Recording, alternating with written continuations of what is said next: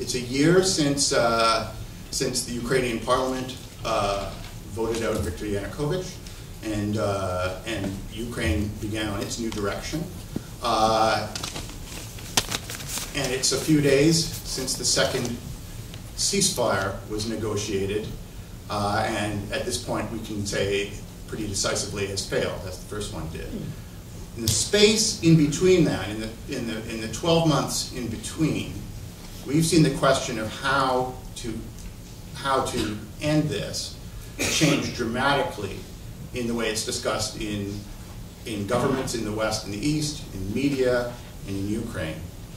And we've sort of had three moments that have really changed the dialogue around solutions. I think the first was approximately the point where Russia formally declared Crimea to be part of its territory,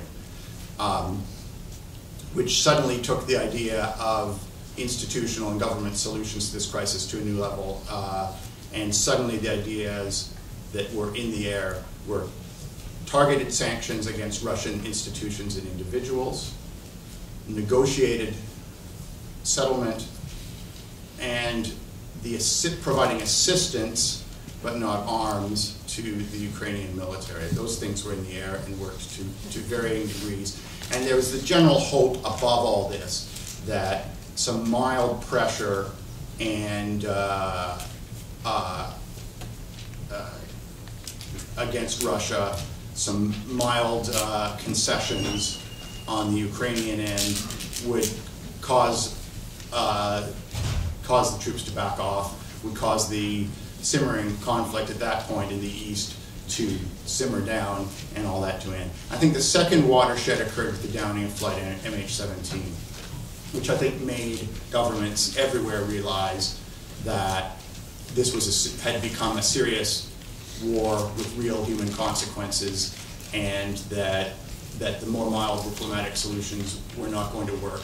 I think that caused people to back away from that. That brought into the air the idea of more heavily arming the Ukrainian military, with some worries, in the sense that it also created a sense that both of the militaries were being very inaccurate and very dangerous in this, and that arming them couldn't help. And more aggressive sanctions against Russia. It was at that point that the Germans finally started talking about actually applying and organizing serious sanctions, and that they started to be delivered. And the other idea that started coming up at that point was some NATO sabre rattling. We started seeing overflights and things like this. There started to be a debate about the use of NATO, at least symbolically, in this. And I'd say the third watershed has occurred around the two failed ceasefires, particularly at the moment.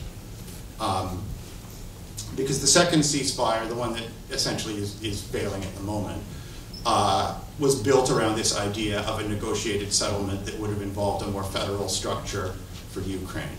It was essentially built around the idea that Vladimir Putin had been seeking to have the eastern districts of Ukraine become something like Abkhazia and South Ossetia are in Georgia.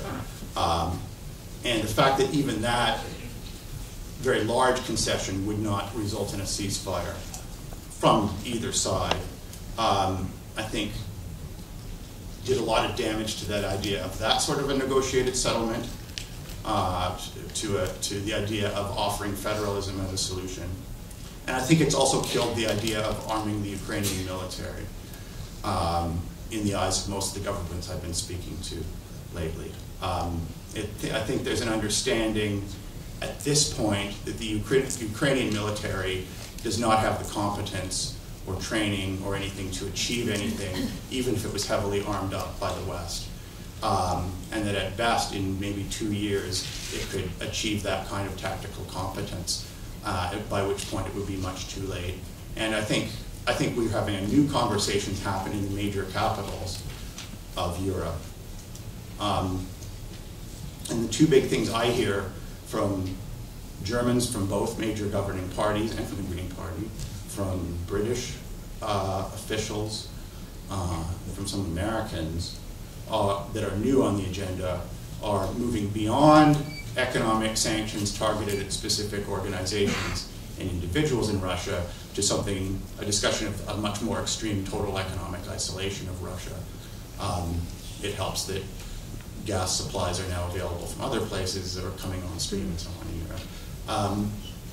Or a NATO strike, which is suddenly something that actually is at least something that places like Germany and Britain are willing to discuss as a serious possibility.